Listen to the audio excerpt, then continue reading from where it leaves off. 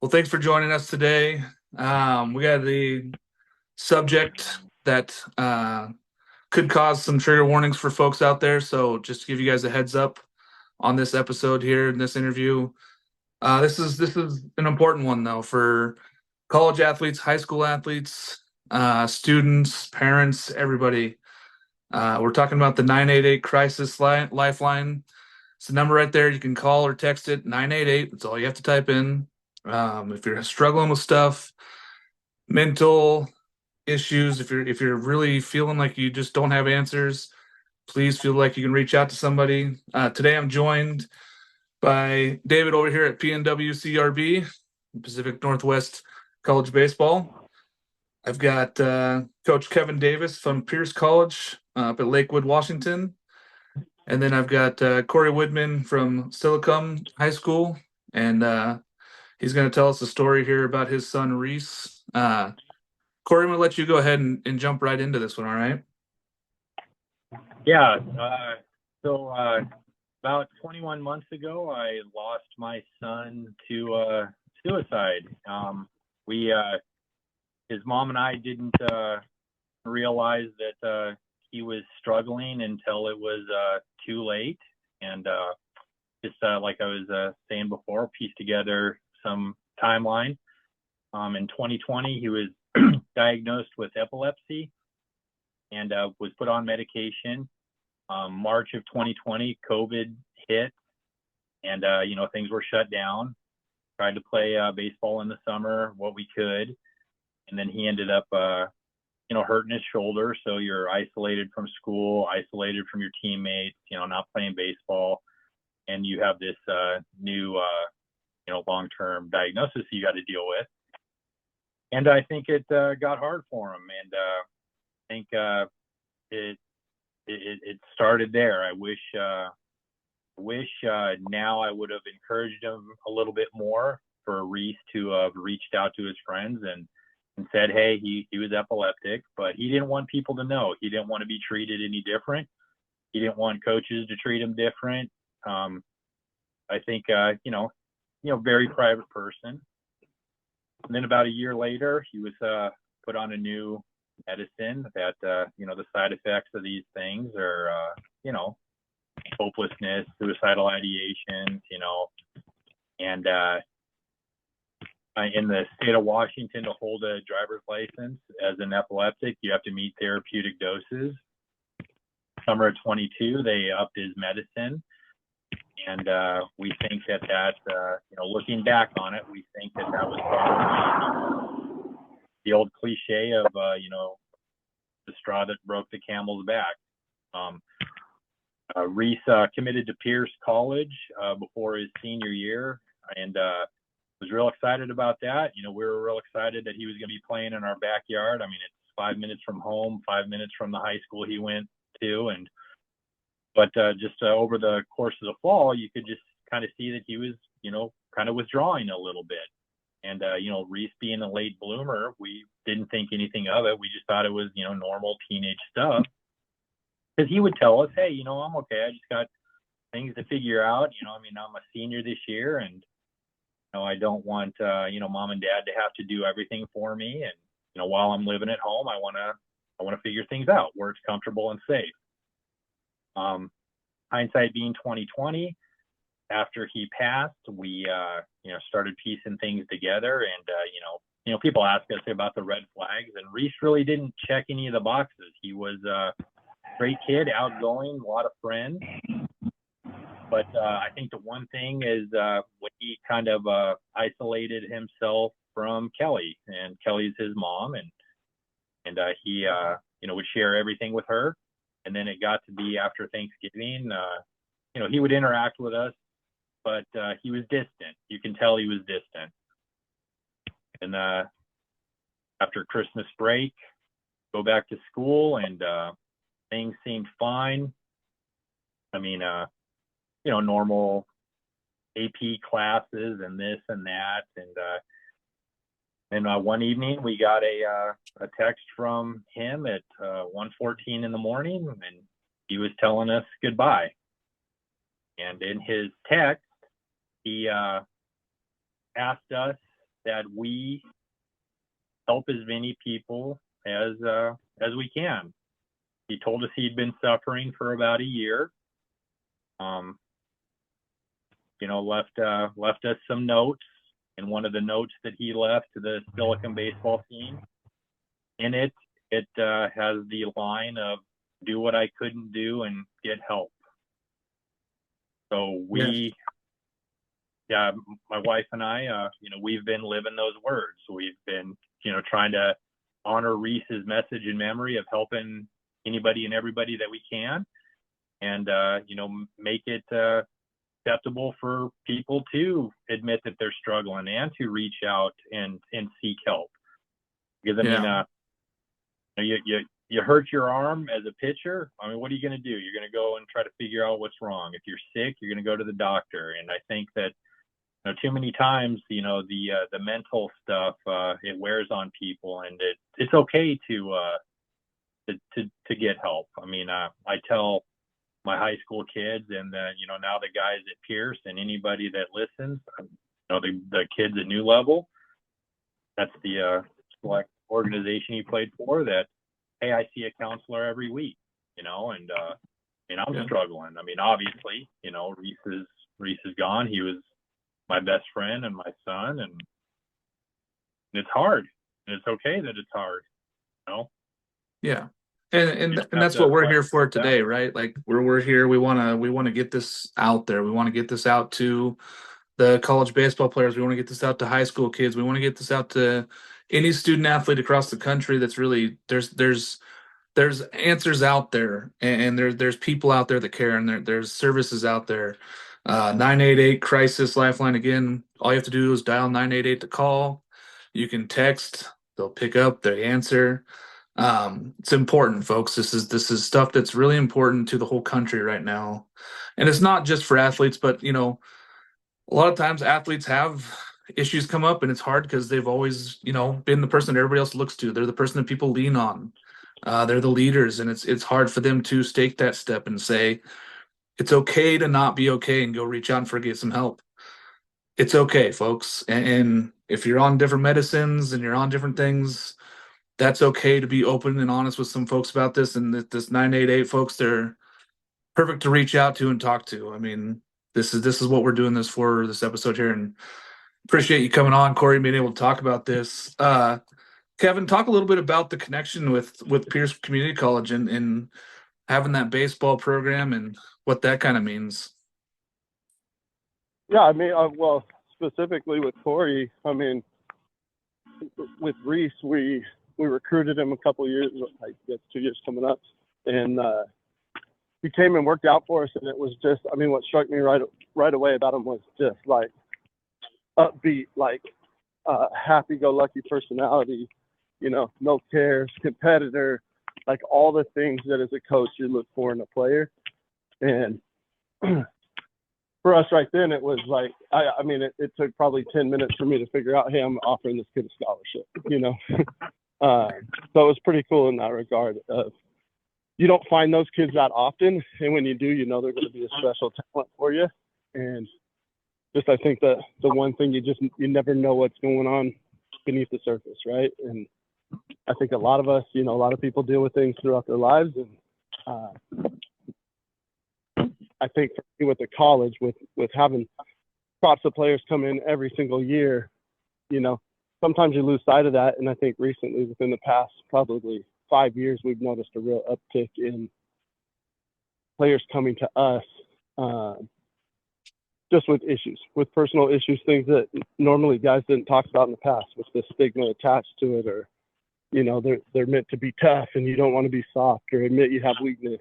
And I think it's just really important that these kids know that there is an answer, there is another choice, there is help out there. But yeah, I come across 40 guys, usually 20 new guys a season for the last 14 years. It's a lot of players, and a lot of guys have stuff going on. And I know tragic event, situation with Reese, but I think, the positive that can come out of it is the help and the awareness, and just getting the message out to people that there is help there. Yeah, and again, that's why we're here today. We want to get the message out that it's okay to not be okay, folks. It really is. There's things that go on, and this is not just for student athletes. This is not just for college athletes. This is for everybody. This is for anybody that's struggling. Reach out. There's people out there. There are folks to talk to. Uh, there should be no embarrassment around this. This is people you can talk to free and easy and be able to get the information you need. Corey, why don't you talk a little bit about the connection with Pierce College? Well, I mean, gosh, Reese was a competitive baseball player, obviously, and when he after his junior year, he really didn't have any looks, right? But 6'2", throwing 88 miles an hour. He reached out to the head of our organization at New Level, Mark Weiss, and talked to Mark, and Mark said, well, let's work backwards, and what is your ultimate goal? And Reese is like, well, obviously I'd love to play Division I baseballs, but more specifically at the University of Arizona. And then kind of built a plan with him. How do you think you're going to get there? I think Reese had one D3 offer, but he was like, you know what? I mean, that's a lot of money. I don't know what I want to do. Yeah. And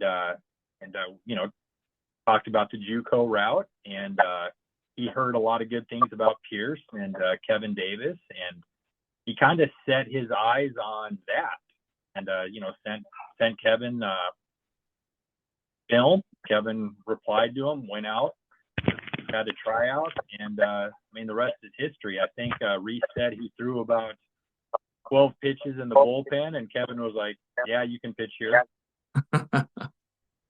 And then he's like, well, what else do you do? And Reese was like, well, I mean, I play baseball. I can do it all, So I think he was out there for like 6.5, 7 hours. And Kevin came up at the end of practice and said, well, who's talking to you? We'd like to offer you. And Reese was like, well, I'd like to commit.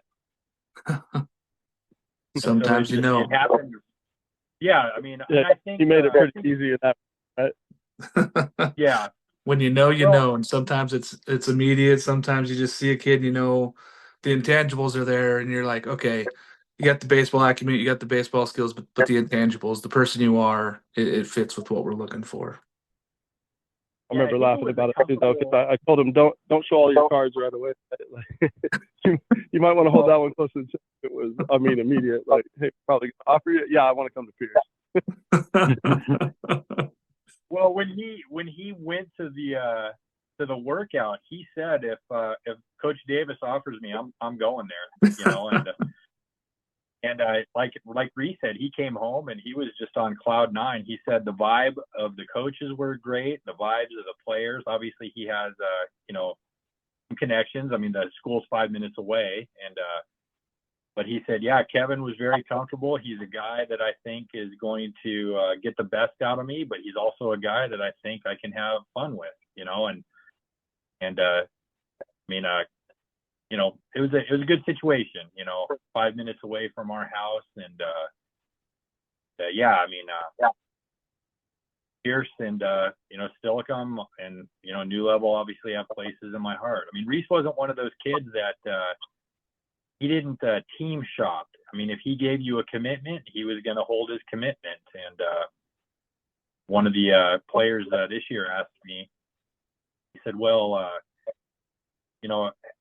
I think that I know Reese well enough. I think that maybe after his first year, people would have come knocking and, offered him something bigger and better. And I said, well, I don't think Reese would have left. I think Kevin would have had to have kicked him out. I think he would have to have said, listen, this is a good offer. You got to go and take it. But, Reese was very, very committed to the people that were committed to him, and Pierce was one of them. Yeah.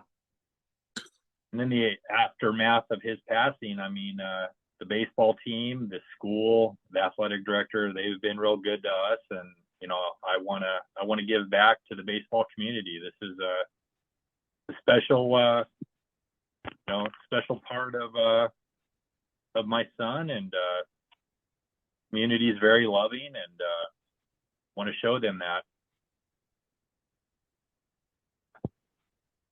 Yeah, I mean, again, folks, we're talking today about suicide prevention and awareness, and just trying to get more information out there for folks. Corey Widman is coming on and speaking about his son Reese, who was going to go play at Pierce College baseball over there for Coach Kevin Davis, and we're just trying to raise awareness. I mean, that's what this is all about. We're trying to eliminate this stigma that you can out tough things and you can out run things, and that you are too macho to have to go out there and ask for help. It's okay to ask for help. It's okay to not be okay. It's fine to go out there and get some resources, and there are resources out there for you. 988 crisis lifeline, again, 988. That's all you got to type in. You can call it, you can text it. I know most folks text nowadays, but just don't be afraid to go out there and get the help that you need for this here. It's an important topic, and that's what we're talking about today.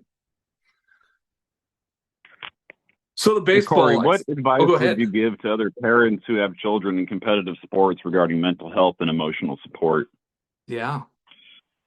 Well, so one of the things that New Level did in the wake of Reese's passing is they implemented a sports performance program called Master Your Mindset. Because after Reese passed, unfortunately, we had another player in our facility the next day pass away from the same thing. So the baseball community up here in the South Puget Sound took a hit in 2023.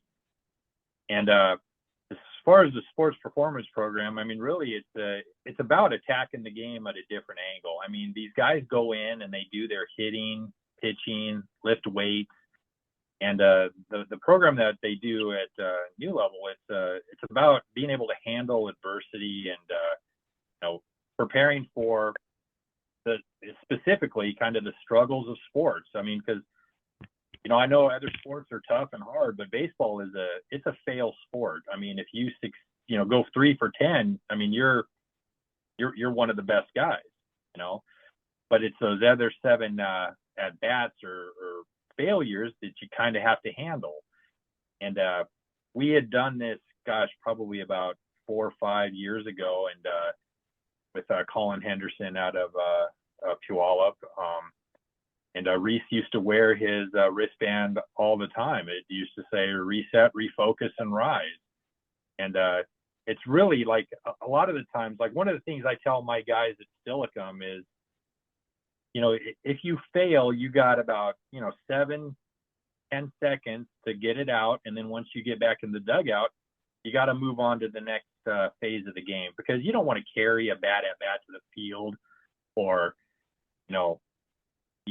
you give up a double in the gap, and now you're kind of struggling on the mound, and then you got to pick up a bat and go do your job. I mean, it's moving on to the next part of the game. I mean, like I said, baseball, like life, is very, very tough. But the more that parents can equip their kids with this stuff, and I hate to sound cliche, because growing up, if you knew Reese, not in a million years did I think that this was a possibility, that this is a life that I would be living. You ask his friends, and nobody knew. I mean, not one person. So it's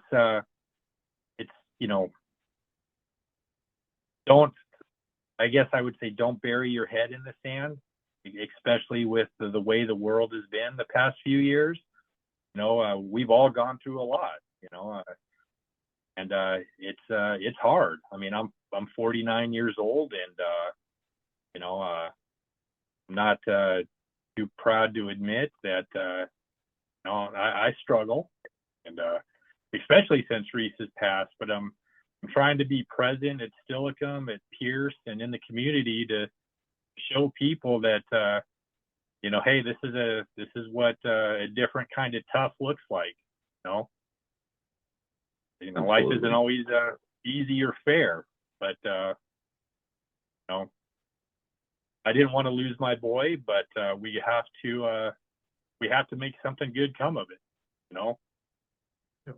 And I mean, how do I not raise the flag? I mean, he left us a message and a request to help other people through these things. And And I mean, I'm not a professional. I'm not trained in this. I just a regular guy. Just trying to do hard things. Yeah. Well, we appreciate you coming on, being able to speak about this. We know it's tough, and people are going through this stuff all across the country. And again, it's not just the athletes, but sometimes athletes get overlooked for some of this stuff, and they're out there and they're doing stuff every day. I know a lot of programs have put in some mental health programs and trying to help these athletes out, but don't be afraid to reach out. There's help out there. There's so many people out there that care. Don't be afraid. Don't be too tough. Don't think you can out tough it. It's okay to not be okay. And I would add on to just an advice to parents is check in with your kids. I mean, we were very open with Reese, and he was very open with us. But you never know. And as far as it comes to sports, I mean, you don't have to compare yourself with the family next to you or the player next to you. Your path is your path. We do these modules and these videos, and in one of the questions, one of our players was asked, well, what does success and failure look like to you? And he answered the question, and it was essentially I will be a disappointment if I don't get a college scholarship. And I'm like, man, that is, how about you're 14 years old, 15 years old, play the game because you love the game, play the game because you want to be around your buddies. This other stuff will take care of itself. Like I said, Reese didn't do a lot of showcases. I mean, he was very confident in himself, and he would tell me all the time. I mean, this is after his freshman year. He would say, hey, somebody's going to find me, and I'm going to fit. I'm going to fall in the right spot. I'm going to be where I need to be. Yeah. And he was very mature for his age and, beyond his years. But it took him, I'd say 8th and 9th grade when some of his other buddies are getting looked at and he's not. And you just say, you know what? Don't worry about it. You're going to be okay. And then when he embraced that, I mean, he really took a different turn as a baseball player and as a leader and an individual. I mean, he was proud to be a JUCO bandit, Hey, I'm right there with him. I joined into that lifestyle. I loved it. Loved my time at JUCO. David, you got any other questions that you wanted out here? Yeah, I wanted to talk a little bit, give him a chance to talk about Whitty's work. Yeah. So Kelly and I, gosh, probably not even 4 or 5 weeks after he passed, she wanted to start a non-for-profit to do exactly this, is to help people. Kelly and I go out and we do talks. I mean, and I think my first talk was with Pierce College last year. And then it's, at New Level, gone to some other select teams, other colleges, high school teams, and we do outreach events. A lot of the suicide prevention stuff up here we go to. We're, free of charge. We just want to, be able to tell our story, talk about Reese, and hopefully this resonates with another kid, maybe somebody that's struggling. And we've had several people in the last 21 months that have personally reached out to us and said, hey, I heard Reese's story, and I'm now seeking help and getting a counselor. And it's actually more than a few. It's probably close to 30, 40 people, and that kind of drives us and keeps us going. Absolutely. We've created this. They're called Whitty's Work Ambassadors. After Reese passed, a lot of his friends really didn't know what to do. They knew they wanted to do something, for Reese and for us. And we created this position, and all they really do is they advocate for us. We highlight them on social media. They answer some questions about how this has affected them, or what his story has done. And because Kelly and I can't do this all ourselves, and what better tool to use than young people, because gosh, these guys are going to be going off to college and living their lives, and they may, kind of accidentally run into somebody that, hey, let me tell you about my friend Reese. None of us knew that he was hurting, and had we known, we would have rallied around him. One of the things I tell people all the time, I knew Reese was special. I mean, obviously everybody thinks that about their kid, but gosh, less than 48 hours after he passed, we had 500 people at a candlelight vigil, and 2 weeks later we had 800 people at his funeral, and then 2 hours later we had close to 1,200 people at his celebration of life. And a lot of these guys, baseball community, a lot of people that have never played with Reese that just respected him on the field showed up. I mean, our arch rivals, and that's kind of one of the things with baseball is you step in between the lines, and everybody wants to kick everybody's butt, but you step off that field, and like I said, the baseball community, it's a large one, but it's a very loving one, and I don't know of a person that I've talked to recently that this hasn't affected them in one way or another. I mean, even some of the guys that have told us, hey, I've never been depressed or sad. I mean, what do I look for? And we just try to help them, give them the tools. And again, part of our big mission is just to make this acceptable to talk about. I think there's too many people out there that try to bottle their feelings and think that they'll be deemed as weak. It's not. I mean, gosh, I coached Stillicum Reese's senior year less than 2 months after he passed, and there wasn't probably a day that went by that I didn't cry, and when Kevin offered me an opportunity to share this with Pierce, I mean, there's been times that it's been tough out there, bittersweet, because I shouldn't be out there. My son should be on that field with those guys, with his teammates. Yeah. I should be in the stands watching.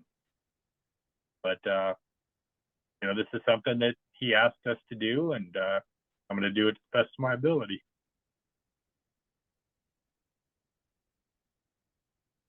Well, I'll just jump in and add on to what Corey's saying here. I think coaches need to do their due diligence too. You can't be too wrapped up in the X's and O's, and it's the relationships that you have with the young men on your teams or the young women on your teams, and really understanding who they are as people. And then, not that you're ever going to see that sign, but if you're more in tune, if you see somebody, hey, they seem a little different, they seem a little down, doing check-ins with them, whatever you can do. I know it's a huge part of my teams is I feel like I spend a lot of time trying to keep a pulse on the team and hopefully recognize if there is something out of the norm, and if there's not, hey, just being able to talk about it, be open about it, have your players feel comfortable coming to you and talking to you about something that might be uncomfortable for them or something that seems like a weakness. And I think if coaches are looking to do that, it make it a lot easier for their players to be able to open up that bridge. Yeah, just removing the stigma from this, and people thinking it's such a negative thing to be able to talk about in the open, and being able to discuss with people that you care about in your life, and being able to reach out, even if you can't talk to the people that are around you, there is help. There's more people out there to speak to. Like we've brought up a few times, the 988 crisis lifeline, folks. There's people out there to talk to. Okay, there's solutions, there's answers, there's people to talk to, there's people that care. That's what we want to get across the most in this program today.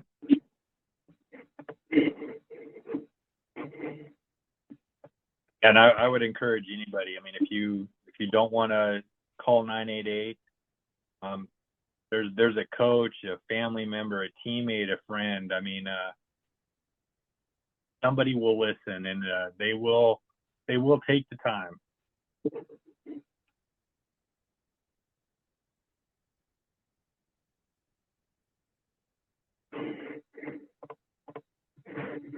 I just wanted to throw out the links for Woody's work real quick. So woodyswork.com. I saw you have like an event page on there where it looks like it stays up to date with what you guys are doing. And then Woody's work on Facebook and on Instagram too. Yeah. Ellie is the one that runs that. She tries to post meaningful things about, you know, either statistics or events or, you know, like I said, she really big on promoting the people that are helping us. And, you know, we're hoping that, you know, not that we want to grow bigger and bigger, but, you know, we do want to reach out as far as we can, because you never know. You never know when, gosh, we had a kid from Illinois that reached out, and this, I think it's Lakewood Christian in Illinois. They have a seat with Reese's name and message on it because they were so touched and moved by what we were doing. And you know, it's a tragedy, but